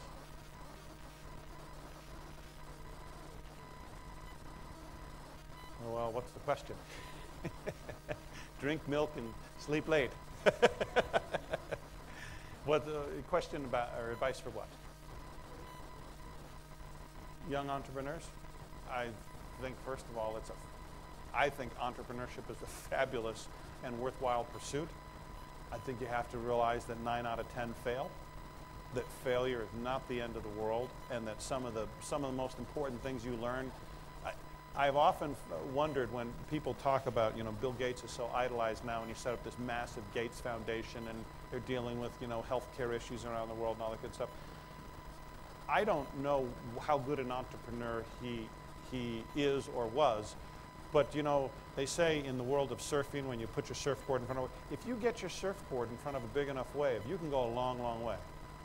And so, you know, sometimes the guys at Hire One would be the first to tell you, you know, we think we did a lot of things right, and we're also really lucky. We just, you know, the timing was right, a lot of things came together. Many circumstances beyond their control just worked well for them. There is a certain, I know that probably sounds like maybe that doesn't sound very helpful, but there is a certain amount of serendipity that seems to surround ventures that go well. You can certainly do a lot of things to maximize the odds of success, but I think launching the business is a great thing.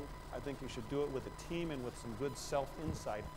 Sometimes when we get in these technology forums, what I find is people are so consumed with the technology and the molecules in the glass and the microprocessor here, and you look at these people and you go, he's an idiot. No one would ever want to work with this guy, and he doesn't even consider that.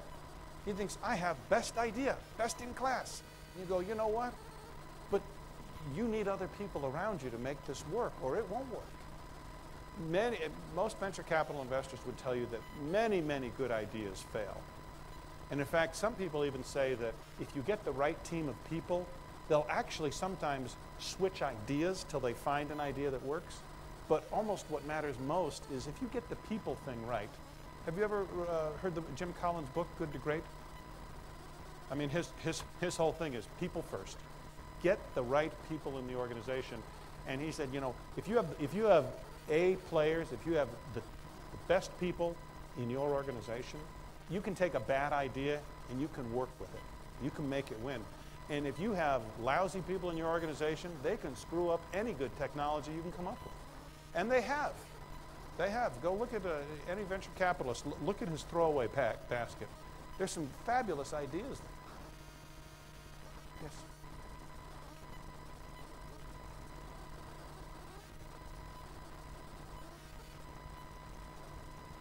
Mm-hmm.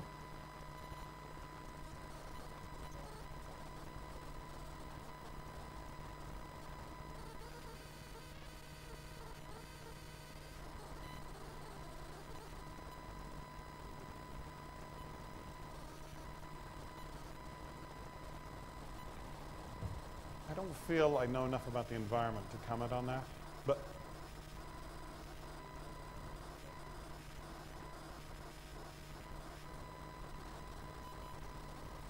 I'm not sure I understand. Are the difficulties you're talking about specific to here? Okay.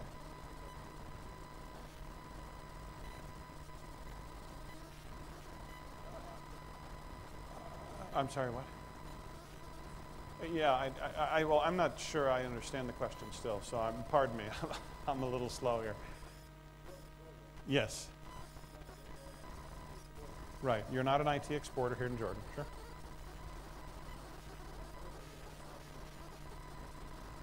Mm-hmm. Mm-hmm.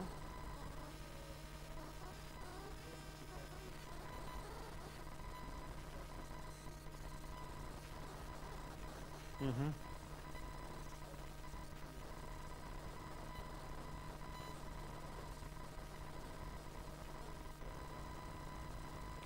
Well, if you mean the difficulties that they would have, right, in Silicon Valley than here. Yeah. Mm-hmm. Let me answer the question that you're not asking, but that is probably closer to my knowledge base. I think you've hit on a really important thing, which is that it's very hard to get an entrepreneurial culture going.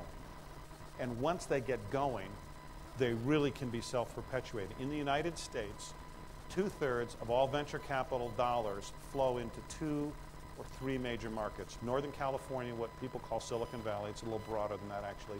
The Northeast quarter, by sort of the Boston, New York quarter, and North Texas.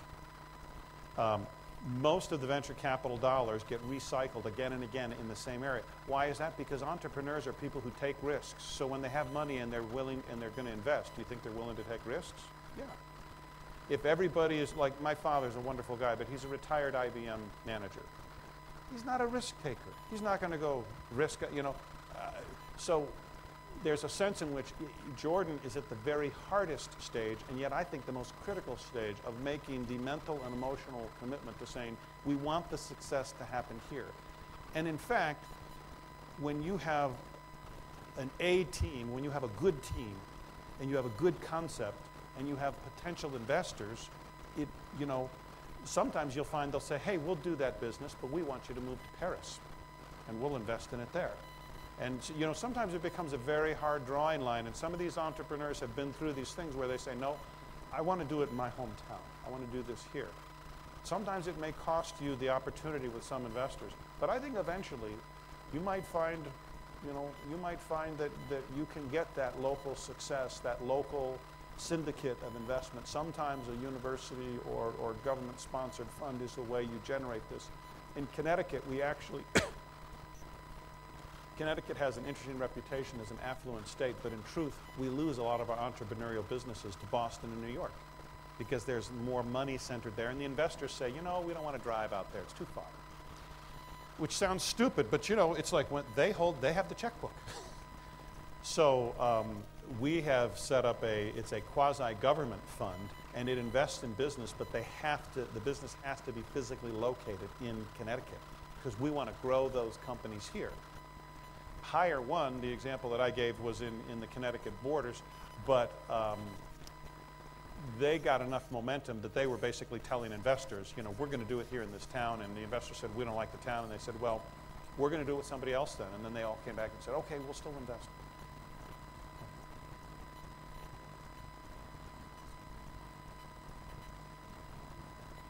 Mm-hmm.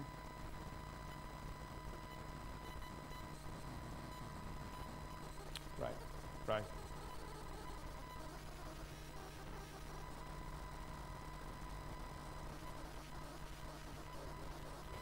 Mm-hmm. Well, I hear what you're saying. I just don't feel like it's a solution that I have an answer to per se. But I do think it is somewhat about the ecosystem. I think it's hard because you don't have a lot of previous success examples, but that doesn't mean you can't start.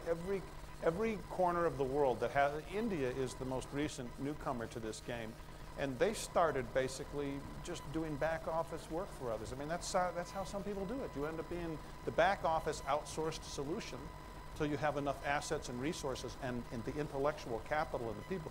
The people, my whole message here, if I wasn't clear on this before, I believe this with all my heart, the key asset is the people. It's not the natural resources under your ground, and it's not, it is the people. And if you have the highest quality people and the best thought out ideas, eventually, it may be hard, but you will get the capital to come to you. If you have a lot of, you know, average B and C type ideas, it may be much, much harder. You may have to go to where the capital is. So I'm probably not answering your question well. I think we need to break it off here, but those of you, thank you very much for coming. If you want to talk more, come on down here. Hey, Grant, thanks so much. Yes, if you want to work through it, yes. Hey, thanks so much. Hey, thank you so much. Hold on.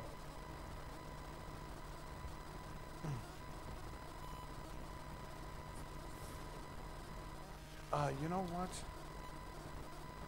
Actually, I think I've scribbled in this copy. You can take this one. That's good. I have an email address on this card.